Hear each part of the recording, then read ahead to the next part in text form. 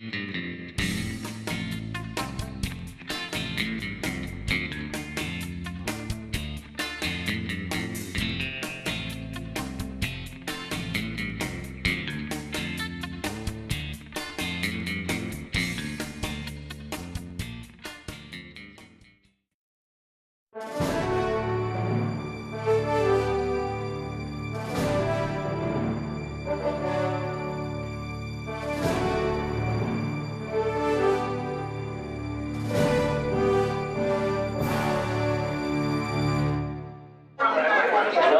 to the second annual Media Access Appreciation Awards dinner. Round of applause for everyone.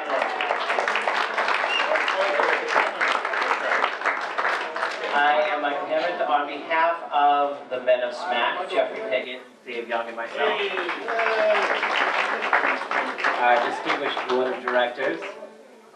We wanted to welcome you. And before we start, we just wanted to have a moment of silence for a friend that we lost recently, Wayne Pomiansky. Such an incredible guy. I loved every second that he came into the studio and spent time with us and was on Community Forum and International Forum. So if we could have a moment of silence for Wayne, that would be great.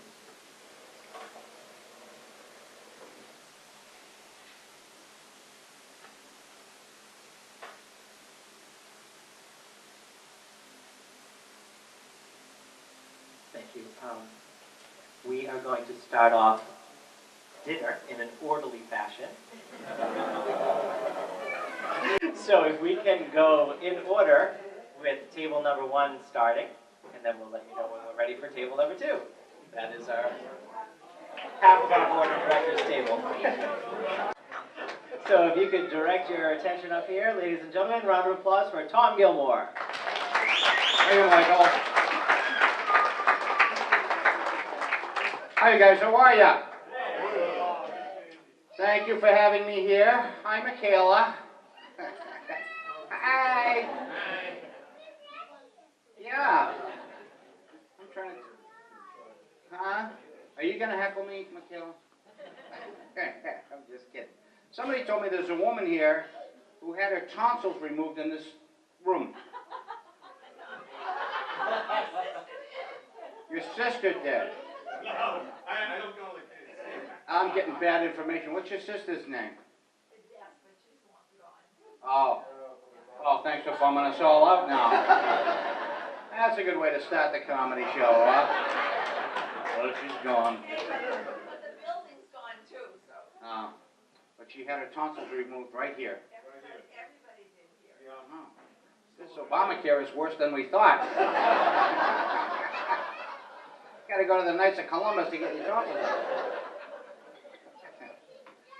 Well, that's nice to be here. I was traveling a little bit. I was on the West Coast. I drove to Los Angeles and back, my wife and I. Good test of a marriage, by the way. I wanted to fly out west. My wife said, no, let's drive. I want to see a little bit of the country. Oh, yeah, when you're driving through Iowa, Nebraska, you pretty much want to keep that camera right on the seat beside you at all times. Every 1,000 miles or so brings another unique photo opportunity.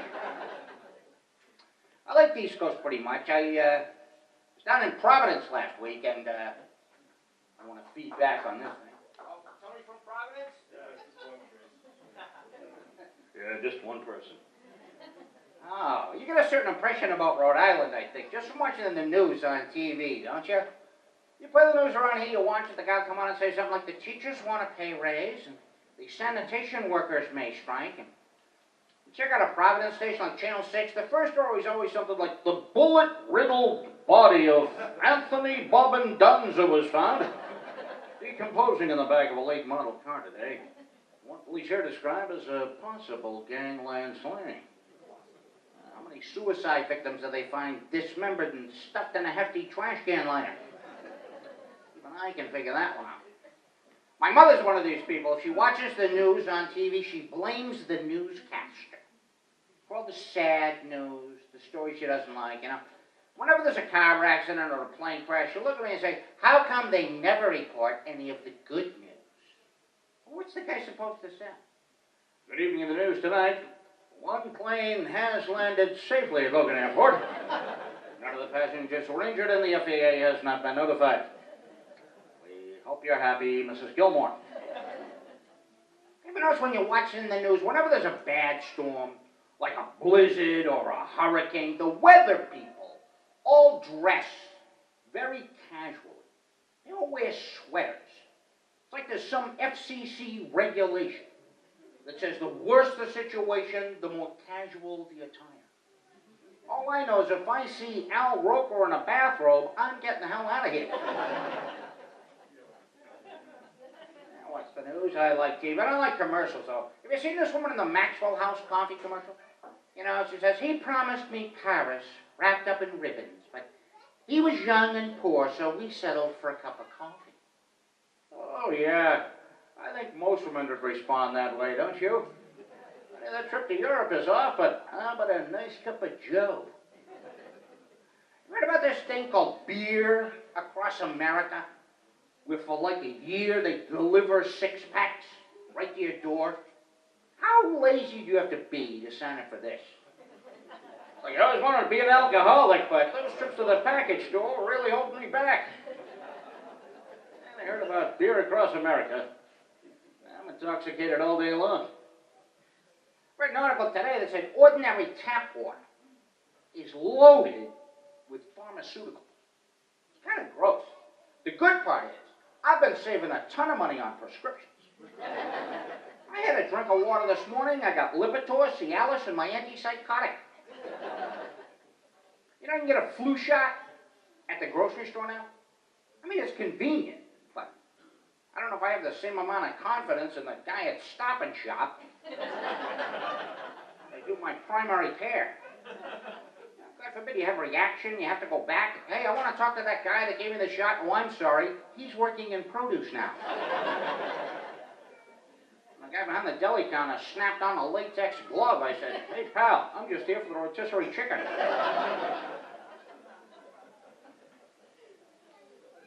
I've seen stories now that say the economy is in recovery. Sounds like something you'd hear at an AA meeting, doesn't it? I went to one of those meetings.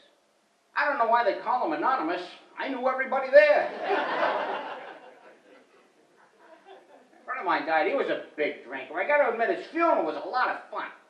He was buried in a styrofoam cooler pulled by the Budweiser Clydesdales. His obituary listed the cause of death as clearly Smirnoff. Stone said, you don't have to go home, but you can't stay here. You don't get about funerals. Why do they always dress you in a suit? Is there some kind of exit interview that we don't know about?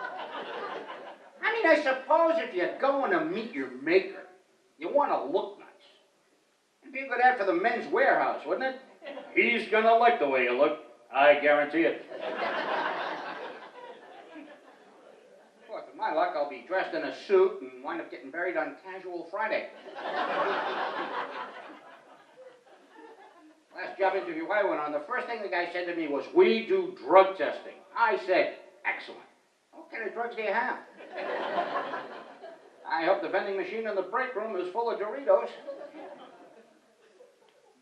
It's not just the economy, though. There's a lot of scary stuff in the news lately. You know, I saw one story about a woman who was forced from her car at gunpoint. Boy, these Chrysler dealers are really getting desperate. I always think buying a new car is a hassle. And I think it's because you don't really know how much it's going to cost. And the guy who works there has been selling them for 30 years, acts like he doesn't know either. That's what I hate. You can't just buy it. You have to haggle, you know? It's like buying rugs in Mexico. I was in the showroom, I was looking at this very expensive car that I really can't afford. The salesman came over and said, don't you deserve the best? Well, no. According to most people, it's questionable whether or not I deserve the very little I have. Why do you keep trying to get me into his office? You know that little interrogation chamber they have? Looks like the kind of place cops would use to beat a confession out of a suspect. He keeps saying things like, hey, I want to work with you. I'm trying to help you out here. I mean, are you going to stick with that story about not being able to afford the car because we've got your wife in the other room and she says you can't? I can play this game all night. Now, my neighbor trades his car every 3 years. It's got like 30,000 miles on it. In 30,000 miles, I barely had enough time to program my favorite radio stations in. He's very status conscious, though, you know. With him, everything has to look great and be brand new. He's the same way with his wives. Not me. When it comes to my car or my wife, as long as they're still working, I hang on to them. One time he said, Tommy, the kind of car you drive is such a statement of who you are. That's so stupid. I don't let my possessions define me. That's what my police record's for. I used to feel safe driving my car because I have AAA. Last time I broke down, the guy wouldn't tow me because I didn't have AAA plus. I said, all right, I have regular AAA, you know, what can you do for that? He said, well, I'm allowed to be very sympathetic. I'm always suspicious of these car companies, too. They claim to be recipients of these awards I've never heard of. And they always try to make it sound very prestigious. Well, it won the Malcolm Baldrige Award for quality 3 years in a row. Malcolm Baldrige? Who the hell is that? Oh, Baldrige? Yeah, he used to work here, but they had to let him go, you know. He had a hidden camera in the ladies' room. Too bad he was a hell of a closer. You notice all the car companies now claiming they're working on some futuristic new model that doesn't pollute or use any fossil fuels, but they never really seem to come out with anything new. You know, I mean, every once in a while they make an announcement, our new concept car will solve all of our country's energy problems, as well as create a lot of new jobs. Oh, really? Well, how does it work? It's pulled by poor people. Is this fast enough, Mr. Baldrige? I don't know. Whenever I buy a new car, I'm always looking for the cheapest one I can find. You know you're buying a cheap car, too. When the ads on TV all compare it to the car you wish you were buying. You know what I mean? They just pick some stupid feature and make it sound like the biggest deal in the world. The all-new Ford Focus has the same sized hood ornament as a Lincoln Town Car. Our see-through windshield provides the same visibility as a Lexus. Something about these Volvos really bothers me. If these cars get any safer, they'll actually increase your longevity. Pretty soon there'll be a guy in there, yes, thanks to the Volvo standard equipment, I can check my blood pressure, monitor my cholesterol, and receive a complete prostate exam on my way to work. And thanks to the Nordic Track front seat, I'm actually toning my buttocks while I drive. You know what else I hate about the new cars is that fake spare. You know, you spend all this money on a brand new car, and then the first time you get a flat, you find out your spare tires, this hard piece of plastic about a third the size of all the other tires. It kind of makes you wonder what that airbag must look like, doesn't it? Probably have to blow this thing up yourself. You spend a lot of money on a new computer. I do think the internet is really amazing, you know? When you think a 12-year-old in Stoughton can log on and chat with a Japanese pedophile on the other side of the globe. Boy, when I was a kid, I had to leave home just to get molested by a local degenerate.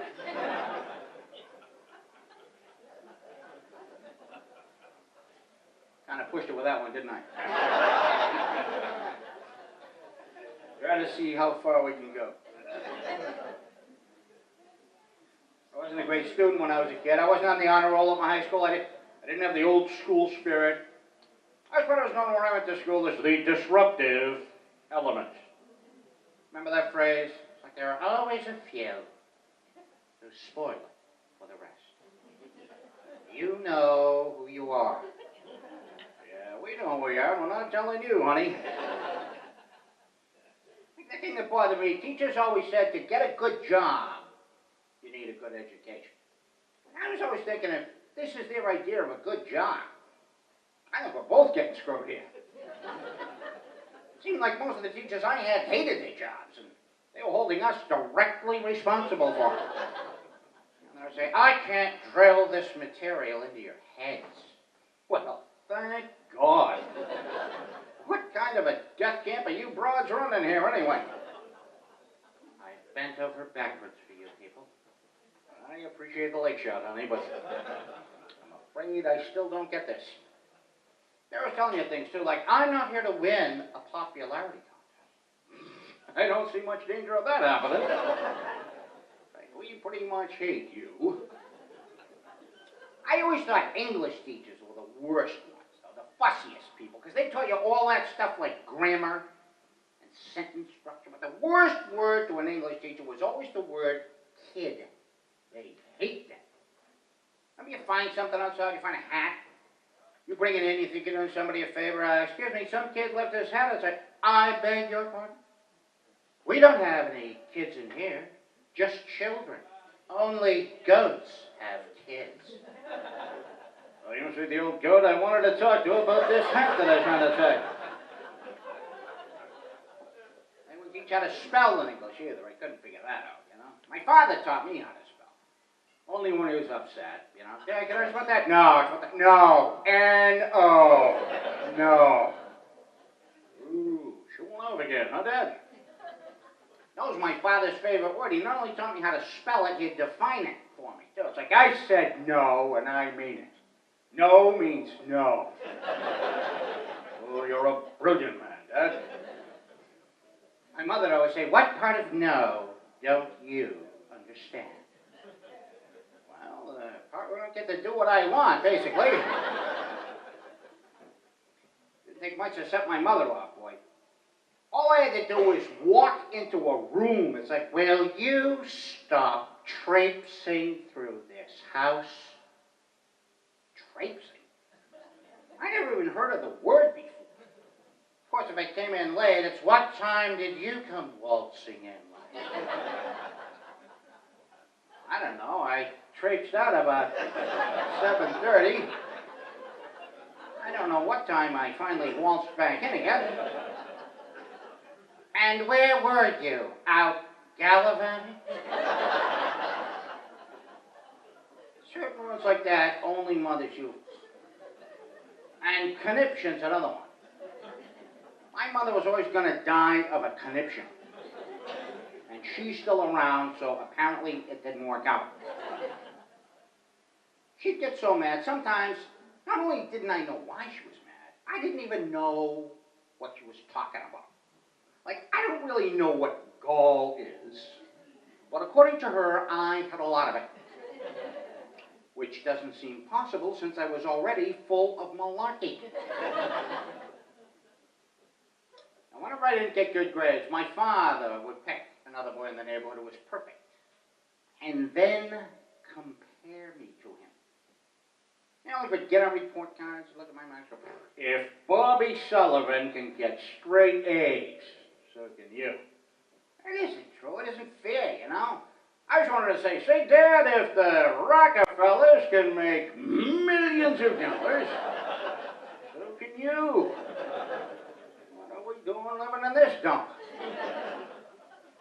Well, I said I wanted to say that. I didn't actually say that. I wouldn't be alive if I said that, you know. You couldn't even ask for anything in my house. You're being extravagant or I don't know what it is. You know, I just asked something, do you want us to wind up in the poorhouse? I thought this was it. You mean it gets worse? I didn't think that was possible. You couldn't ask for anything when you were out either. That would always start an argument, right? You just ask for some little thing, you know, can I have an ice cream? We have ice cream at home.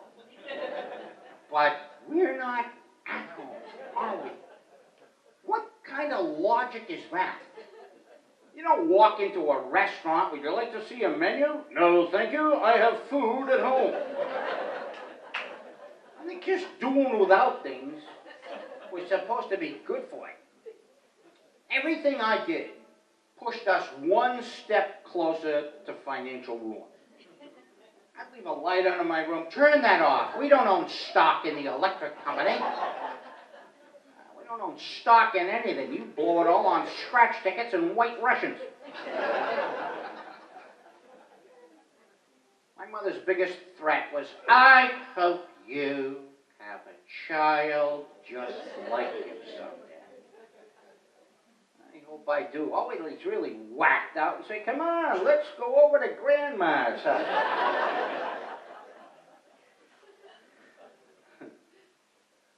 So I was working on the cruise ships this year. I was on Carnival Cruise Lines.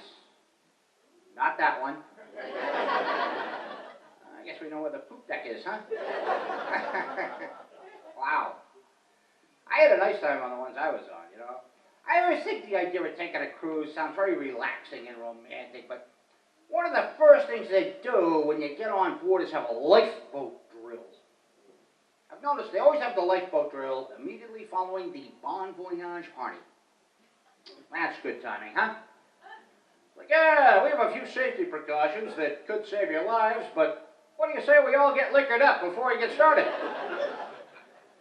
Whenever I'm trying to absorb some life-saving information, I like to have a few pops in me. The whole concept of safety is different on a ship. You know what's very popular on these things? Skeet shooting. I mean, you go to the airport, they x-ray your luggage, they check you for weapons. You're on a cruise ship, give some guy a sawbuck and they hand you a loaded shotgun. Here you go, Sahib. It's already loaded and the hostages are on deck 6.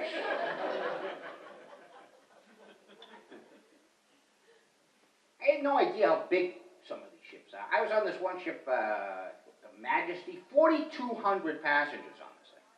And the population of this ship was bigger than most of the places we stopped at. We could probably swing an election if we wanted to. That'd impress neighbors, wouldn't it? And not only did we take a cruise this year, but Bill's the new Prime Minister of Barbados.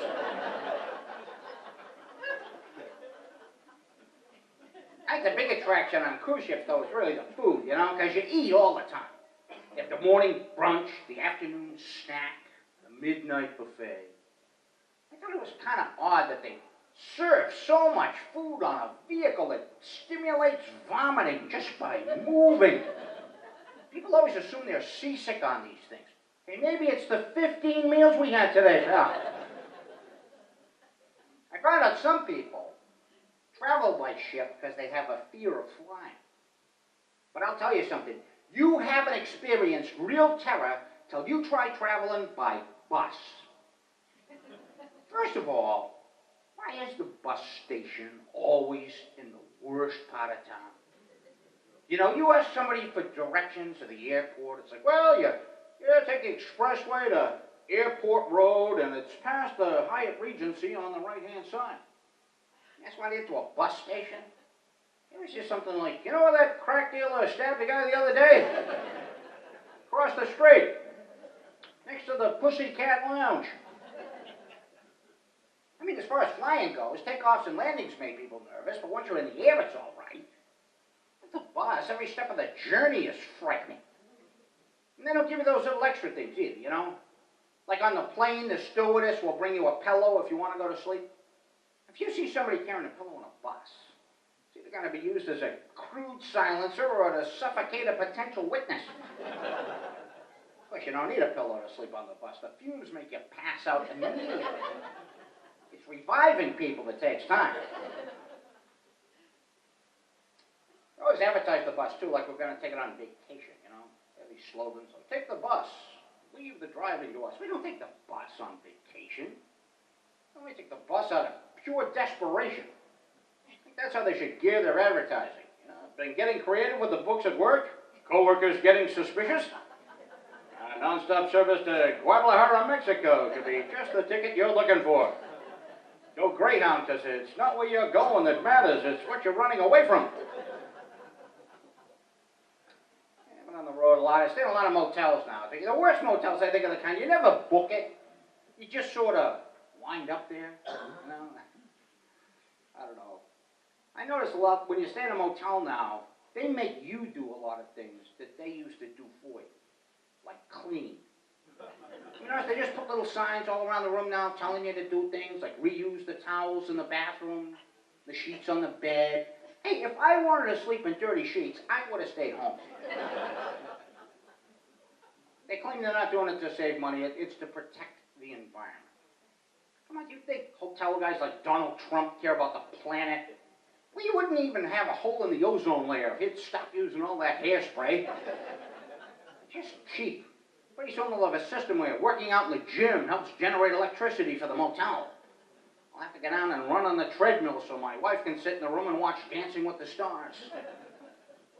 The last place I stayed was really depressing. When I checked in, they took away my belt and shoelaces. It's kind of a weird atmosphere. What I thought was a Jackson Pollock on the wall turned out to be bloodstains. They didn't have any adult movies on the TV, although they said many of them were filmed there. The bedspread at this place was a DNA smorgasbord. If you see a little brown thing on your pillow, don't eat that. It's not a mint. I get the feeling if you did do an adult movie at this place, they'd just activate the security cameras on the couple in the next room. Tonight's feature presentation is Room 12, starring the Johnsons from Kansas City. A lot of shady characters skulking around. You know, in the morning I noticed somebody had spray painted a lot of graffiti and gang symbols on my wife's ass. They had a picture of the employee of the month that was a guy in a ski mask holding up a liquor store. I could go on forever.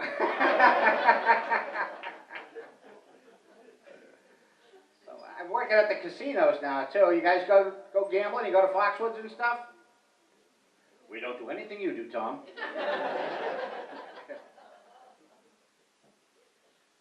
There's a million. It used to be just Atlantic City and Las Vegas, right? Now it's like, I think 28 states have casinos now. And the politicians want to let them build more. See, I think that's a smart move. In fact, I think they should have us vote right in the casinos. You know, a lot more people would go to the polls if they had free booze and topless campaign workers. If they throw in a lap dance, I might even read those referendum questions. They'd have trouble getting me out of that booth. Hey, somebody want to freshen my drink? I'm trying to make up my mind here.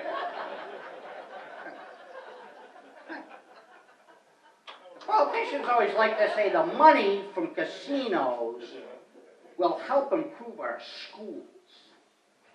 Boy, if you ever need an excuse to gamble, huh?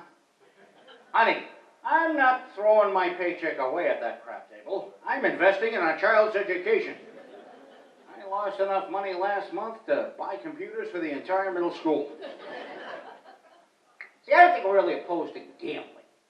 We just don't want it in our neighborhood. That's illegal. But if it's on a reservation, how come that's legal? You know, people always say, well, because that's on Indian land. Well, the whole country's on Indian land, pretty much, isn't it? I never really associated Indians with gambling. You know, I always thought of them as very spiritual people with respect for nature. And now, all of a sudden, everybody's like, hey, Tommy, you want to go down to that Indian casino? Yeah, sure. Maybe later on we can check out that Amish whorehouse I've been hearing about. That's right. I think they're just trying to change the image of casinos. This isn't like Vegas. This is the Mohegan Sun. Our casino is steeped in Indian folklore. The body piercings on our strippers were all handcrafted by the women of the Mashantucket Reservation.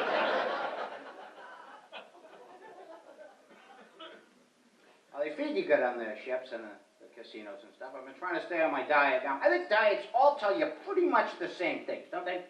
They say you have to learn to eat sensibly. You know, like Slim Fast. They say have a shake for breakfast and lunch, then a sensible dinner. Have you seen the size of the sensible dinner? I had more food than that stuck in my teeth. You ever wonder why we pick certain animals to use for food as opposed to other ones? I think we just pick the ones that are easiest to catch. I mean, a cow, hey, tip him over, he's yours. A turkey, there's a challenge. A bird that can't fly. You don't see a lot of lion or cheetah meat in the store, you know? They're too fast and too dangerous. We like defenseless animals that can't fight back, like boneless chickens.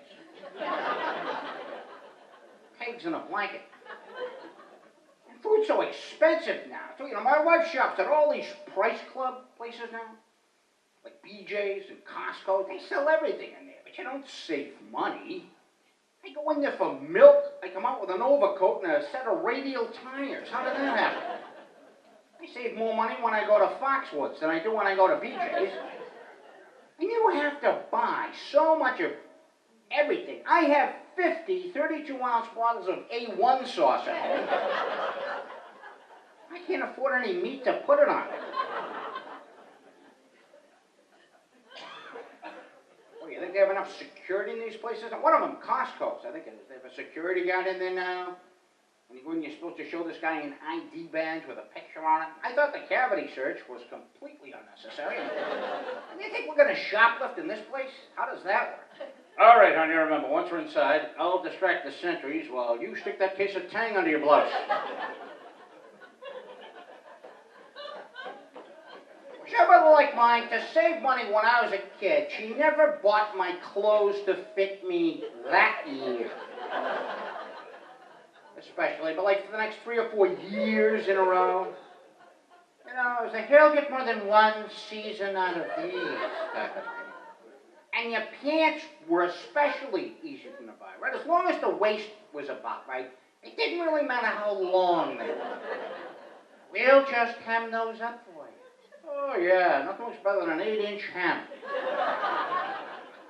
You have plenty of room to grow in. Of course, then when you did grow, she'd just set the hem down, and every time she did, you get a nice white ring at the bottom of your pants, remember that? That's how they charted my growth as a kid. You've got 3 rings, you're really shooting up there. You're gonna be a 6-footer. You play pride in your height for some reason. I'm never 6 feet tall. I'm like 5'8". I'm lucky if I'm still that tall, because you shrink as you get older. You ever notice your older relatives keep getting smaller and smaller? I had an aunt that lived to be 3'9". My mother had weird things. So like if she lost something around the house, she wouldn't go look for it like a normal person. She'd pretend to be the thing that she lost. And if my mother lost a spoon, she'd stand in the middle of the kitchen and go, now if I were a spoon, where would I be? You're scaring the hell out of me now, Ma. You know, I say, if I told you once, I've told you 1,000 times. I've talked and talked until I'm blue in the face. I said, hey, Ma, if you didn't say it 1,000 times, maybe you wouldn't be blue in the face. I got my ass kicked a lot at that age. I couldn't cry, though, in front of my father, you know. Not just because it wasn't manly.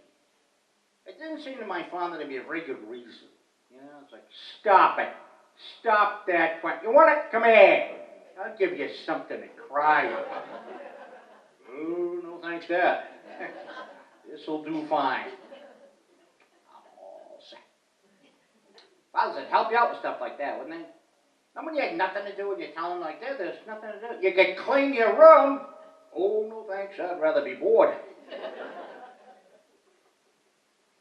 My father said weird things when he got mad, too. Like, you better straighten up and fly right. What? You heard me. I'll knock you in the next week. Oh, could you make it Thursday? I'm busy at the beginning of the week. That's why, because they wouldn't hesitate to hit you, but they didn't want you to fight with other kids. My mother actually slugged me for getting in a fight. I'll teach you to hit people. Whack! I think you already have, Ma.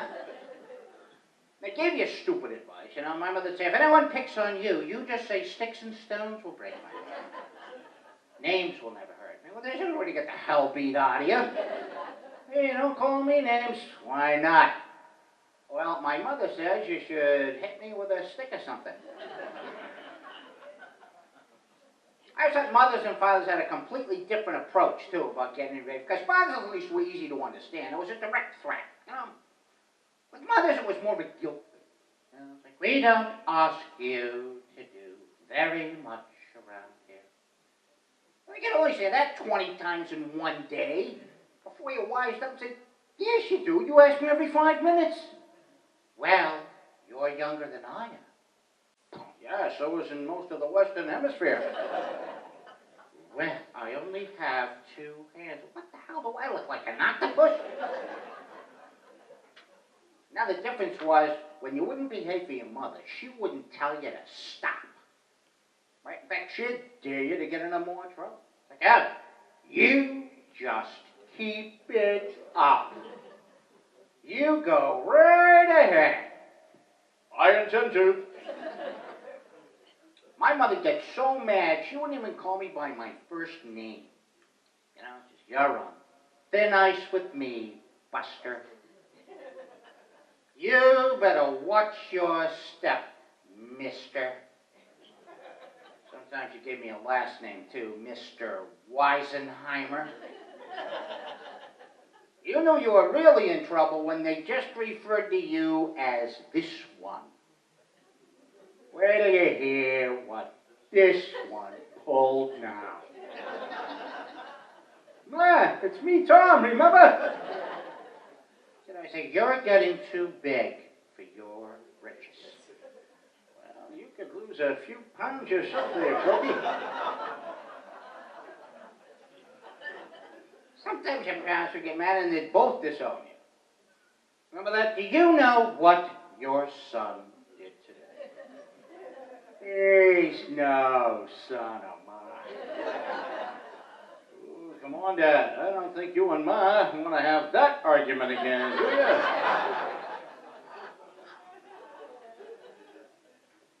Kind of a strict upbringing, I guess. I'm Irish Catholic. I did nuns. Well, actually, they weren't nuns. They were kind of a wolf-nun hybrid.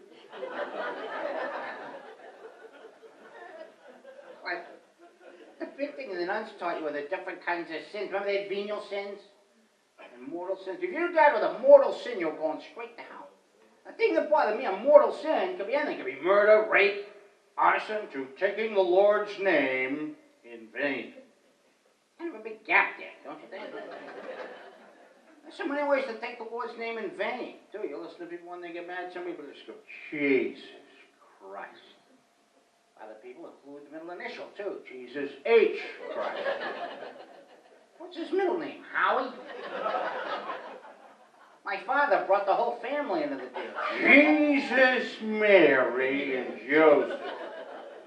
That's got to be an express to hell, that one. And where the hell is Kingdom Come? My father promised to send me there 1,000 times. Thanks a lot, you guys. Had a nice time. I hope you had a few laughs. See you again soon. Thank you very much. Thank you, Tom. Round of applause for Tom Gilmore.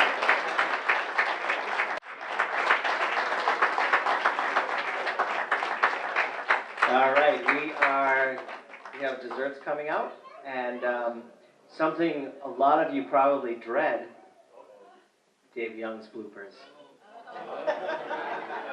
We have Dave put together a video, and I have purposely tried to not watch it because every time I walked through the room I was in hysterics.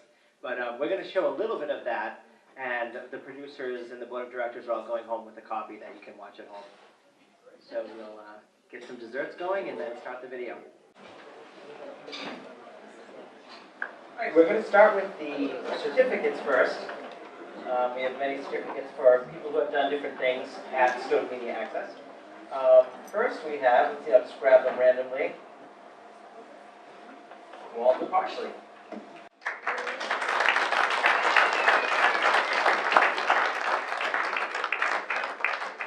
We'll save the speeches for the Grand Producer Awards. Gary Rosenberg, host of Freedom Network.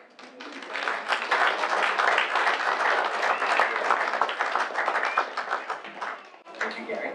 Gary did eventually learn how to use the clock. Frank T. Walsh, who, in addition to hosting Talking Tunes and co-hosting Sports Wrap, he runs cameras for the Hidden Treehouse and helps out in many different ways. Frank Walsh.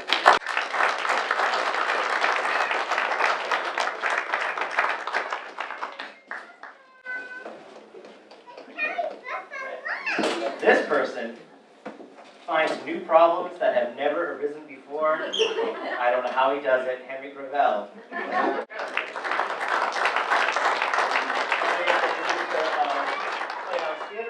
And also helps out in many different ways as well. Robert Conley is a co-host of Public Praise. He's not here tonight, but We'll have the Hendricks family take that home for him. Roy Cohen, in addition to producing Community Forum and International Forum, he also directs Shirley's show when she shoots at Stoughton Media Access.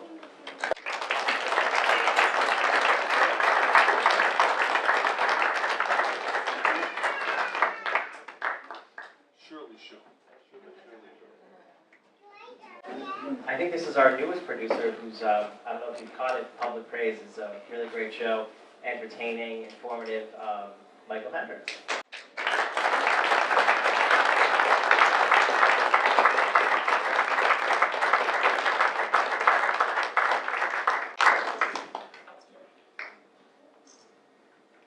And of course, that show would not be possible without his lovely wife, Diva.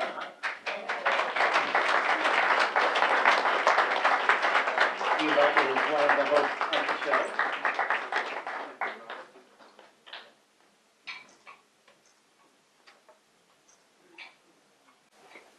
We'd like to call this woman Kelly Carrara. Kelly Carrara, host of The Hidden Treehouse, occasional host of Community Forum. She's learning how to edit as well.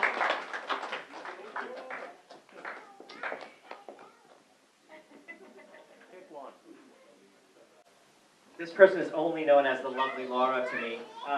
Laura Walsh.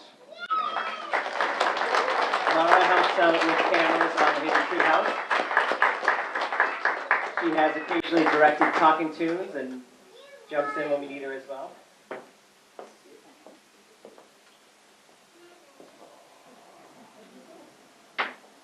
This person has more ideas than anyone I know. Talk to her for 10 minutes and she would change the entire station. She has so many fantastic ideas, and I know that you will see them very soon. Roxanne Morris.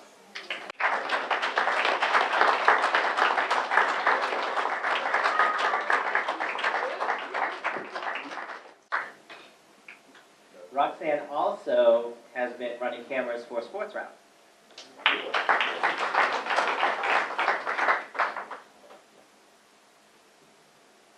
Hardest working man in show business with Stoughton Time Machine, Freedom Network, SOB TV, and more in the works. Tim Corkum.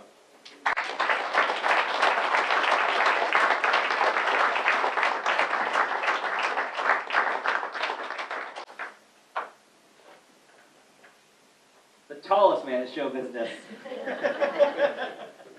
Paul Smith.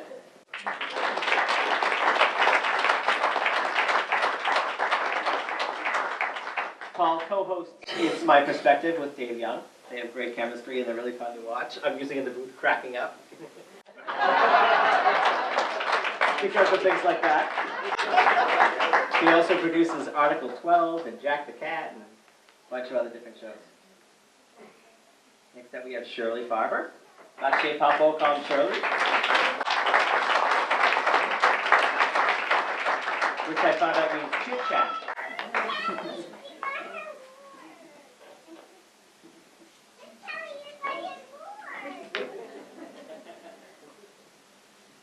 This is probably the most independent person that we have at the studio, who comes in, does his thing, edits it. We don't really hear much about anything that goes on, and he just hands us a finished product. Senor Tom Valentin.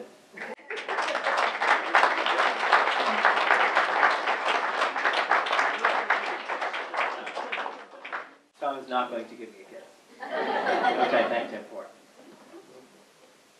This person is a ray of sunshine. He's the happiest person who ever sets foot in the studio. Steve Kelly, host of Community Forum.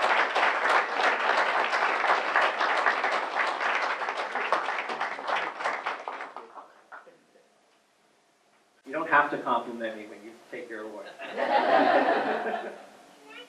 Co-host of Talking Tunes, the lovely Michaela Morrissey.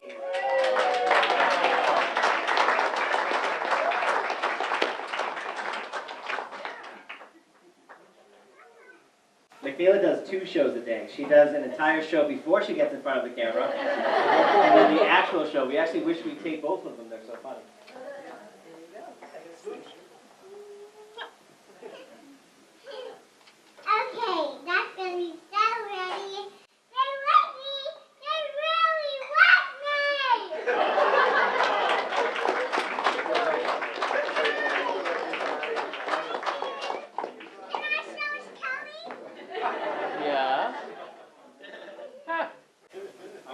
next award. This is a wonder to behold, actually. Very few people have seen what goes on behind the scenes when the selectmen meeting airs live.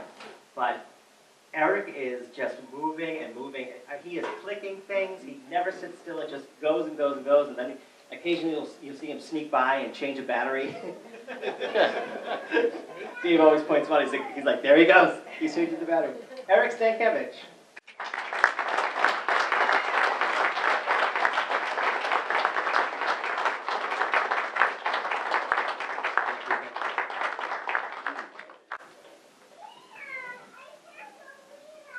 Our next award demonstrates the importance of an RSVP. Peggy Sewick. Her certificate is on the studio. Peggy has Alan Mills' favorite show. Every single time I see him, he says, you need to air Teddy Bear Story Hour more. That's an IOU. Congratulations, everyone. All right.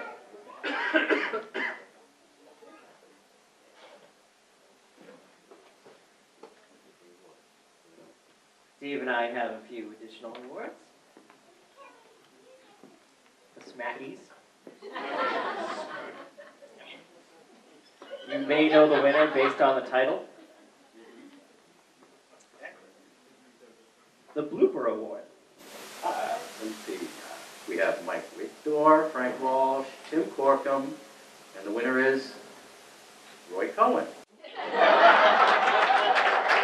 on down, Roy.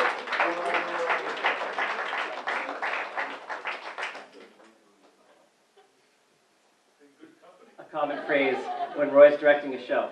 Do I press this? And then you hear, no!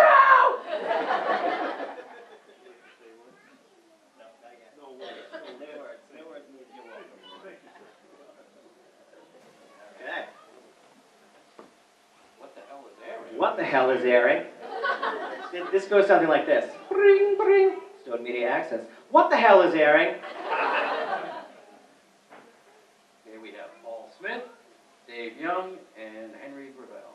The winner is Henry Gravel.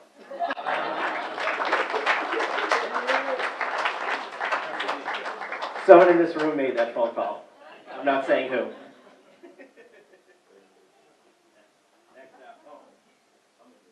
Best hair and makeup. Oh. Best hair and makeup. Me. Dima, Frank Walsh, Mike Wigdor. And the winner is Shirley.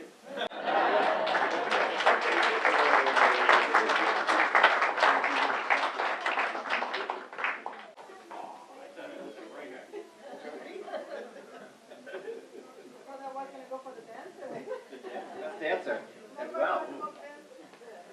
Best one-liners. Dave Young, Frank Walsh, and the winner is?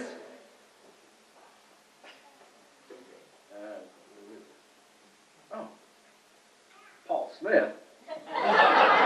Sorry, Dave.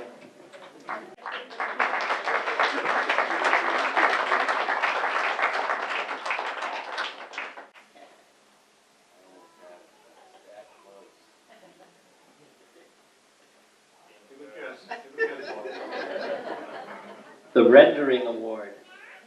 Mike and Dima Hendricks, Henry Gravel, and Stanley Capaneros. There's no winner. Stanley Cabaneros is clearly the winner.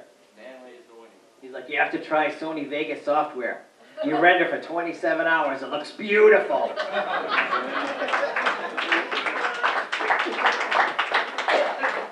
Next category. If I had paid attention, I could have been rich.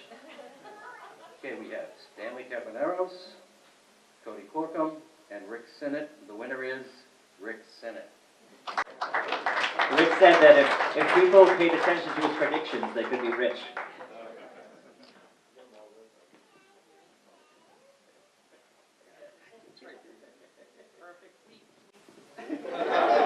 Just saying. Largest cast crew, and entourage. We have Mike and Dima Hendricks, Shirley Faber, and Roy Cohen. The winner is Mike and Dima Hendricks.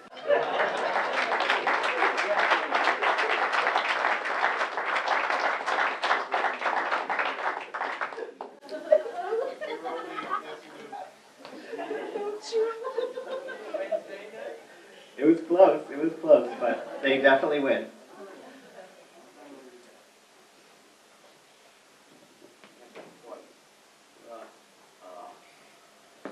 Smoking Gun Award. We have Paul Smith, Rick Sinnott, and Tim Corkum, and the winner is Tim Corkum.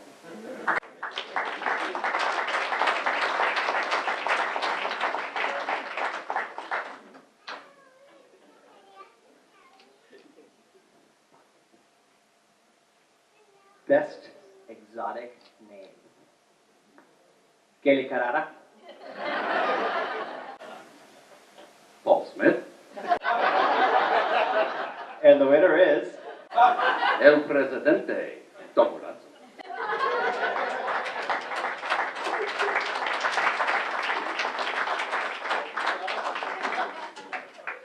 Tom overthrew Roy as the president of the team of producers, sort of. So we decided that he was El Presidente. I'll let you read it. The Cristar Pino Video Vanguard Award of Excellence.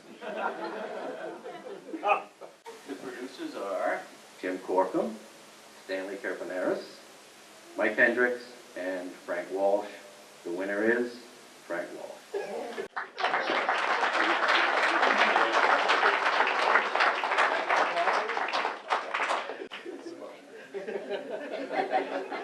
The history of that award is Cristar Pino comes in and he's like a tornado, and Frank just comes right out and stands up to him, and like they just go toe to toe for like 20 minutes. Very funny. It's on video. The perfect timing award. Okay. Producers are Roy Cohen, Frank Walsh, and Mike Wigdor, and the winner is Mike Wigdor.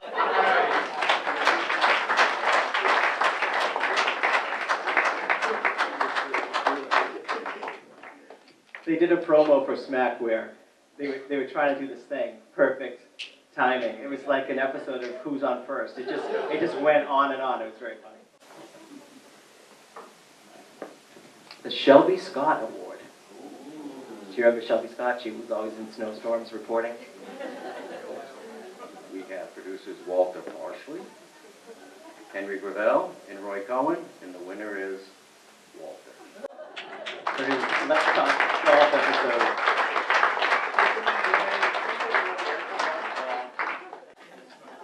We still love that clip. All right, let's get real here now, okay? There has been much discussion around the studio about what order would the awards be given out in. We tried alphabetical, we tried oldest to youngest, we tried handsomest to not so much. We tried everything under the sun.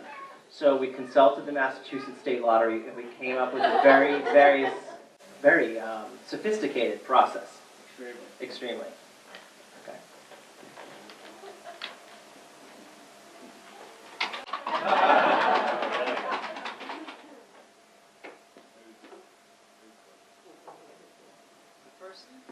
First producer award of the evening goes to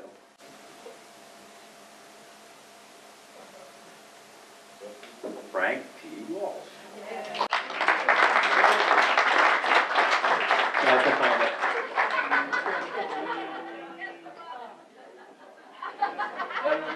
Found it.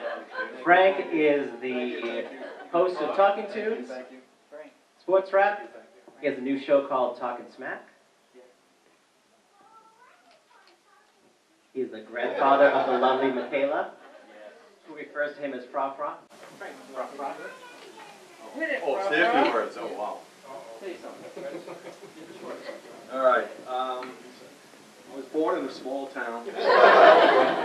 No.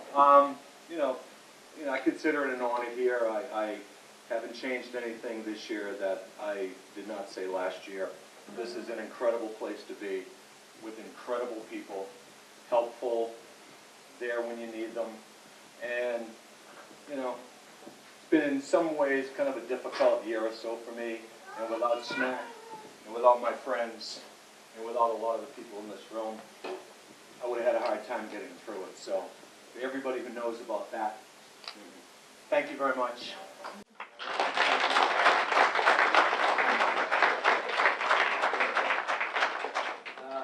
Rick Senate.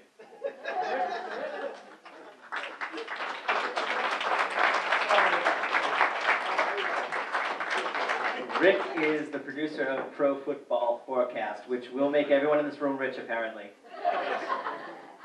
Take it away.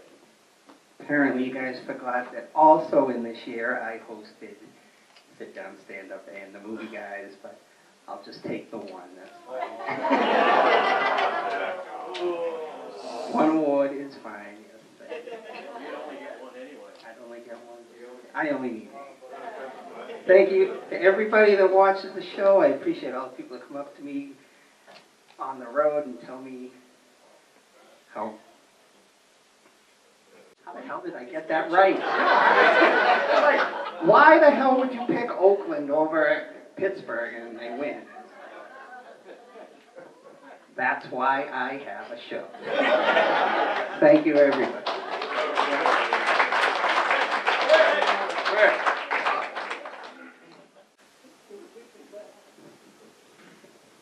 Your show had to air from the time of last year's awards to now.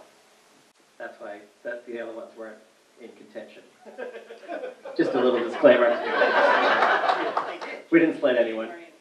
No. January, that was last year. The next recipient is Walter Parsley.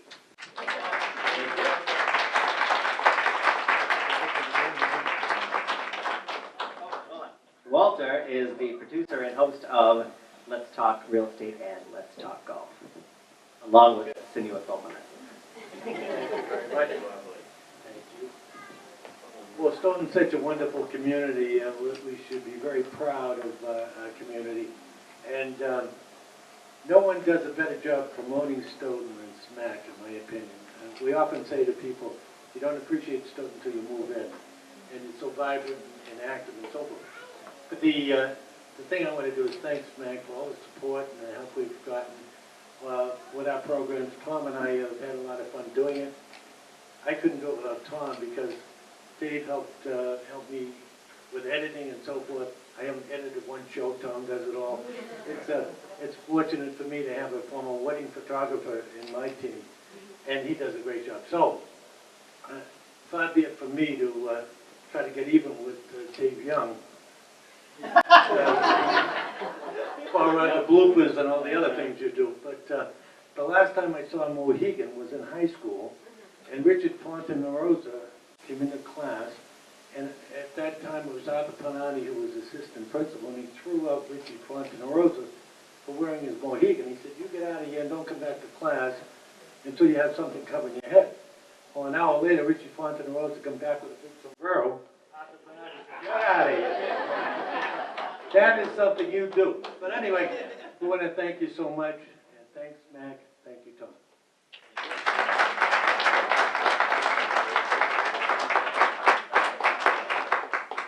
Roy Cohen.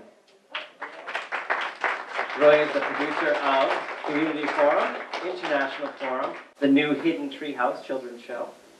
He helps direct Shirley's show every other month at Stoughton Media Access. And you probably have more things going on. No, there's a lot of things going on. All I have to say is what a difference between this year and last year. Last year was all getting underway. This year there were a lot of changes, and those changes were really very important, very beneficial to the station. And to my left are the two guys that really make it happen.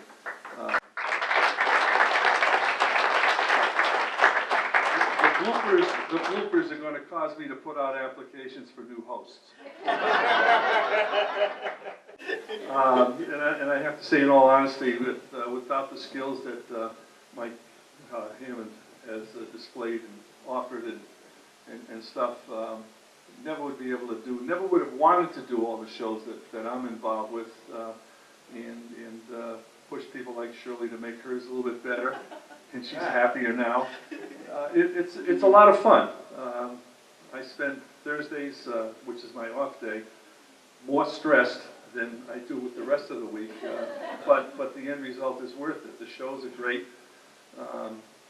Guys like Joe Feaster, who's come on board, doing a great job. He shakes hands with the president and then comes down to SMAC and shakes hands with Roy, and that's to me a big honor. And on the sad side, unfortunately, one of, and I'm sure you may have heard, if you haven't heard, Wayne Pomiansky passed away about 3 weeks ago, and he was a lifelong friend of mine, and it really breaks my heart. I almost started when I saw his image on the screen tonight. It was very unfortunate what happened to him. He added an awful lot to the show. He made it easier to interview the ambassador. If you've watched the show, we've had, even most recently, we had Joe do the show with the Israeli ambassador. We've done about 7 shows, and those shows are dynamite. You got a guy over there in Jerusalem who's really very opinionated in a positive way, and Wayne did a great job with it, and also some of the other shows. But I appreciate having you guys to work with. If it wasn't for you, I probably would have been sleeping on Thursday mornings instead. But yes, not with you. Alone. But I thank you very, very much, and looking forward to bigger and better next year. Thank you.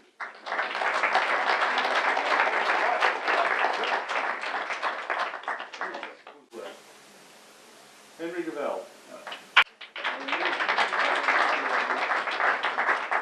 Henry is the producer of Playhouse Theater. Actually, why don't you explain how that kind of works? Because Henry writes and directs segments of the show, and then explain the next piece. Oh, I have a lot of friends, video people, and filmmakers who submit to me, and I put it all together and put the show together. But you know, this is very nice to have your work appreciated and acknowledged. But if it wasn't for these 2 guys, like Roy said, it would never happen. We wouldn't be here. So thank you guys. You know.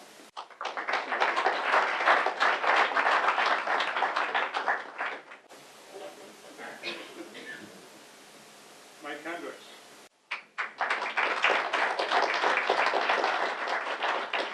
Mike Hendricks is the producer of Public Praise, and he's on fire. He's banging out a show every week. It's a half-hour great show. His editing is fantastic and exciting. He had a singer on recently who looked like they were at the Boston Garden, but they were in the S.M.A.C studio. It was fantastic. Wow. I missed the last award show. I was like, I want one of these, man. I just want to thank my lovely, well, first of all, thank God. This is what our show's all about. Thank God for everything that we do. My lovely wife, our intern, Jessica.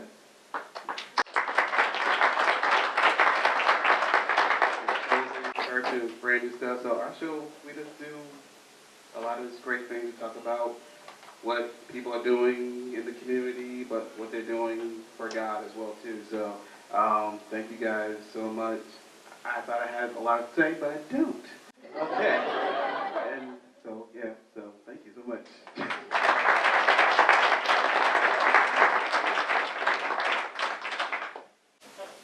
Where's Mr. Smith at? Paul Smith. Paul Smith.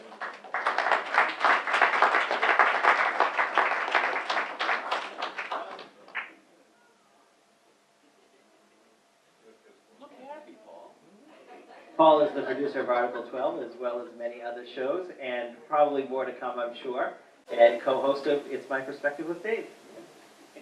I want to thank the Academy. And these guys really make it happen. You know, we couldn't do it without anybody else to satisfy the I might as well too.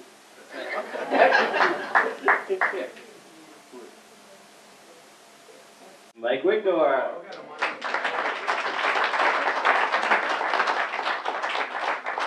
Mike is the host and producer of Sports Rap.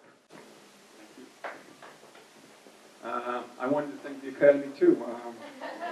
Stole that one from me. I have to continue from where I was from last year when I got the first award. And I just think I had a whole year of growth in our show, and our show has become more professional. I have a ways to go in learning more editing and trying to get my graphics up and do more stuff. And I know that, and I intend to do that, and I intend to try to help out more also with the S.M.A.C. Because I think S.M.A.C. is just a great place. It's just a great place to learn, a great place to work and to develop the show. And thank God for you, because you pushed me a few times. I mean, there's one show we did where you said, Mike, are you ready? And I go, I'm not sure. And he goes, you say, sink or swim, Mike, it's now or never. So as soon as I heard you, I did it. Mike has been a great director for our show. Our show has gotten better. We got Roxanne helping out also. Dave helps out occasionally, and Laura. And I mean, Frank and I have just developed really good chemistry. Jeff was on also as on the World Series. He's a big sports fan. He's also the program director. We'll have him on again. We'll try to get a few other guests. We like to try to make our show a little bit different, though. We don't want to necessarily make it just a straight sports show. We like to try to come up with a little bit of a shtick here and there, and try to be a little different. And that's the fun of it, I think, is trying to make something different from week to week. So we really like it. We really enjoy it. We love it, and we love being around these guys as well. And they do a great job for us. Thank you.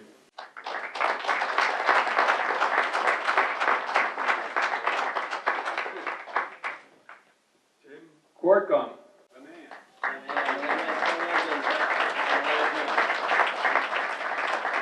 Tim is the producer of the Freedom Network, SOB, which stands for South of Boston TV, the Stoughton Time Machine, and more things in the works, I hear. I'd like to thank you too. Gary for the help in the show, Dave Lambert, Cody. Man, is anywhere. Some people like to be behind the camera.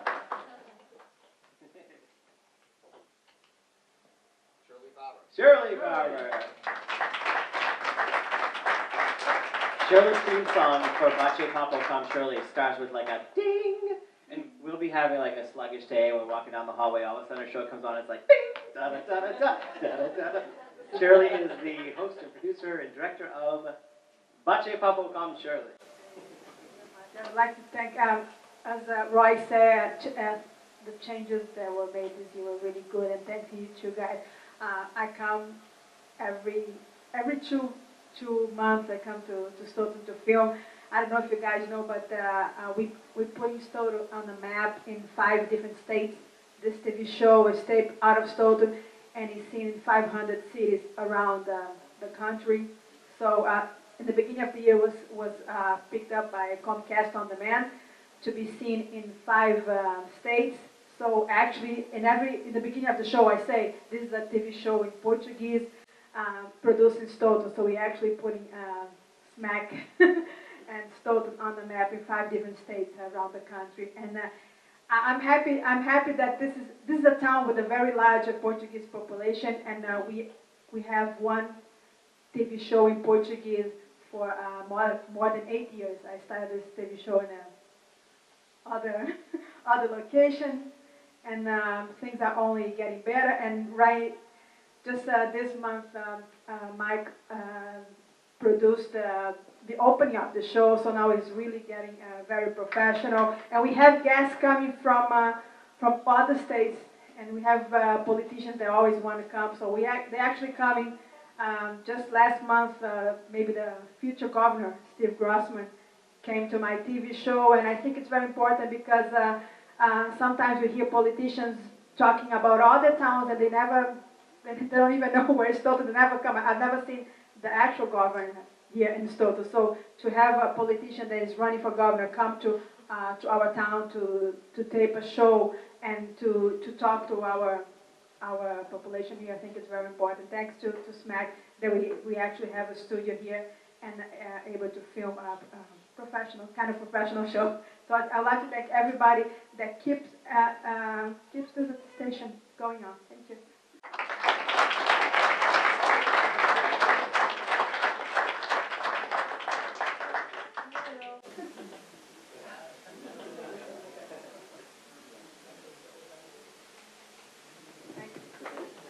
Shirley's on episode 156, I think you just did, right? 156. Oh, 8 years. 2005. Tom Mellison. Tom Mellison.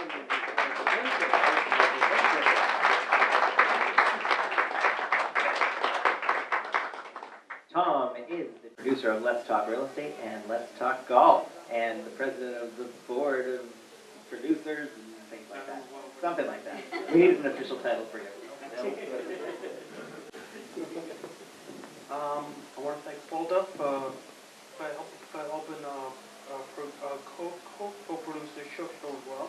I want to thank our wives for allowing us to sneak away to get it done. And just want to say thank you.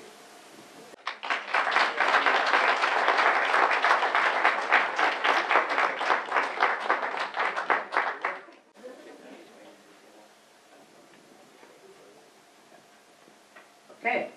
In the tradition of not wanting to prefer to be behind the camera, Cody Corkum, he's put on a few shows for us. Kiss My Axe music show. Axe is a guitar, another name for guitar. And he's working on a show with comedians. He had a great stage set up, and it looks really nice, so he's working on a comic show too as well. Cody Corkum.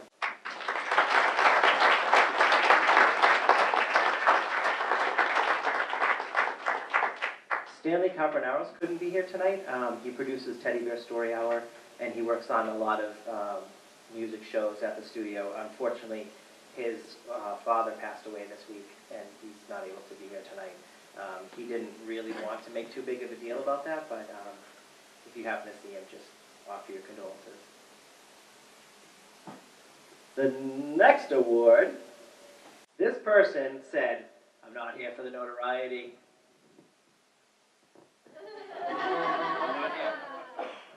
I'm not here for awards. I'm just here to help out." But I thought that he should have an award because he is phenomenal. He's an incredible asset to SMAC. He works incredibly hard, and this is for Dave Young.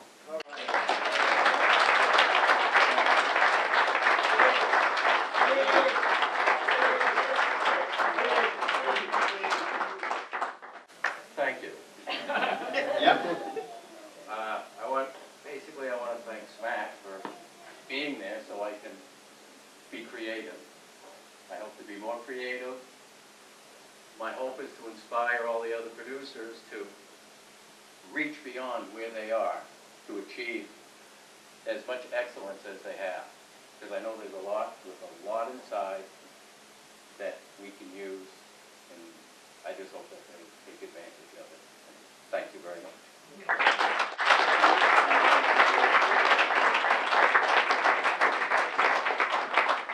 Okay, I have one more IOU prize.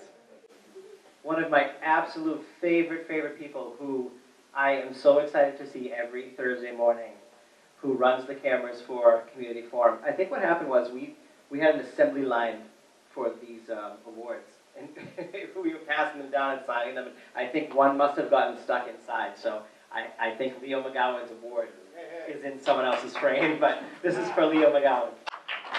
An official IOU.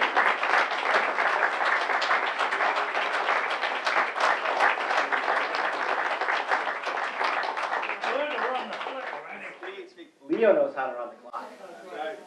We worked as a team and figured that out. As they say, they always save the best for last. I think that holds true. But I just want to say it's a pleasure to go down every Thursday morning and work with Roy and, of course, Mike and Steve. I mean, Dave. Where's Dave? And now we have Jeff Pickett.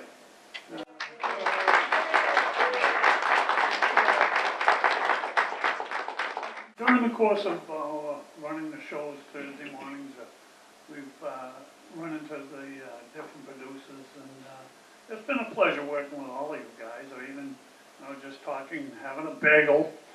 I just want to say thank you, Mike, and David. Where's David over there? All right, thank you, SMAC. Yeah, we met a long time ago, didn't we? Thank you very much, and have a nice evening.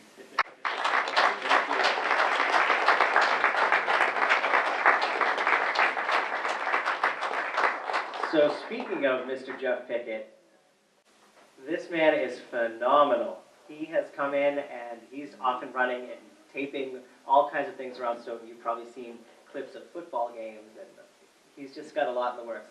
He ran out while the comedian was on to interview the football team because they won.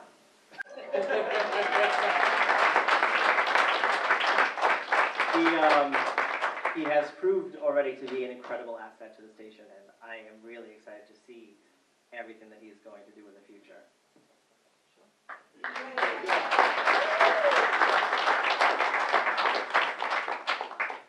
So I didn't have a speech prepared tonight, but no, I'm kidding. I just want to thank everybody for my first month and a half or so here. Everybody's been so welcoming. It's such a warm and friendly place to come every single day and interact with so many different people. And, you know, between the board, the different producers, Mike and Dave every day, it's just it's a place that you want to go to. And I couldn't, you know, be happier with the decision to come here and hopefully do some great things for S.M.A.C down the road and currently. And so I just want to thank you guys. And I'm rambling. Thank you.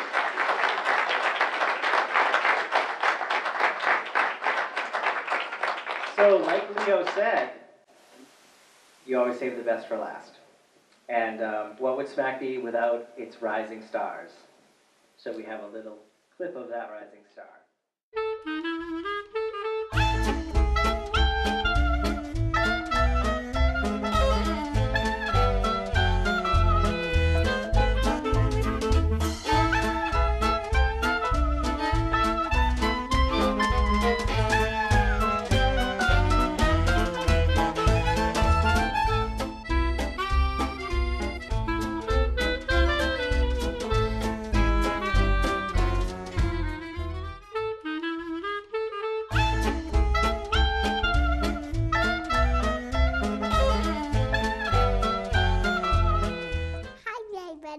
Welcome to Talking Tunes. I'm Michaela.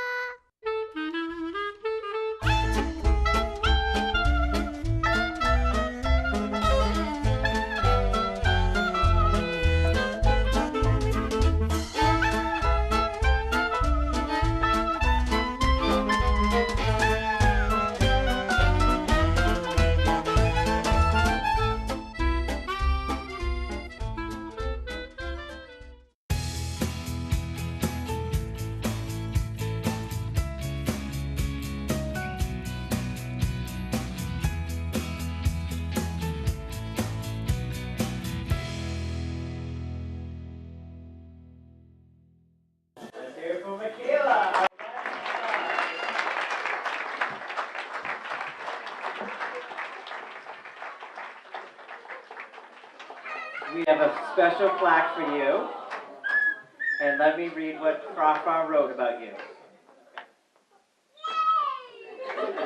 Frank wrote this about Michaela. She glows as bright as sunshine. The camera loves her smile. Whenever she is on the screen, you cannot touch the dial. She is everyone's Michaela, loved from near and far. Her future knows no limits. She's our little rising star.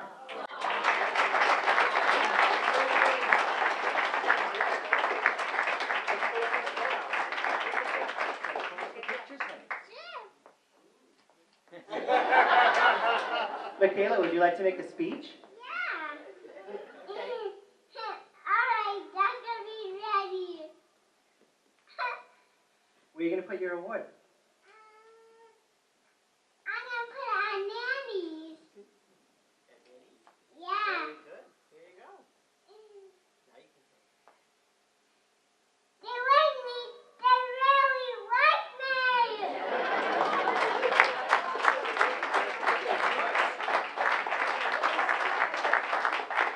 Thank you very much for everyone who worked really hard to make this night possible, to the board of directors. Thank you to everyone who came here tonight and who works hard to produce all the great programming that we air on S.M.A.C. Thank you, thank you, thank you.